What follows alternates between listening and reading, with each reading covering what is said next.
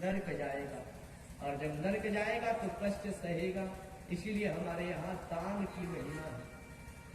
चाणक्य ने अपने चाणक्य नीति में लिखा कि अगर धनवान होकर के दान नहीं करता और दरिद्र गरीब होकर के तपस्या नहीं करता, तो ऐसे लोगों के गले में पत्थर बांध करके नदी में फेंक दो, कोई दोष नहीं।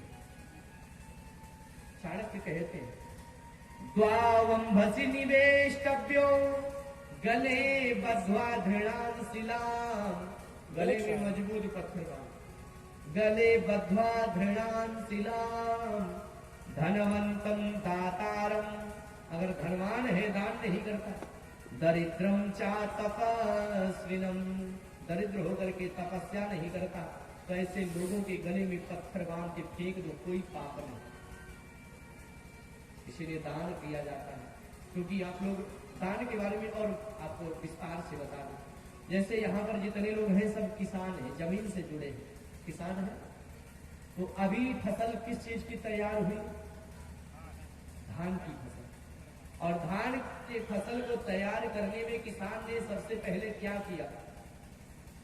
धान की रोपाई करने से पहले खेत की जुताई किया। तो आपने कभी ध्यान दिया है खेत के जुताई में कितने कीड़े मरे?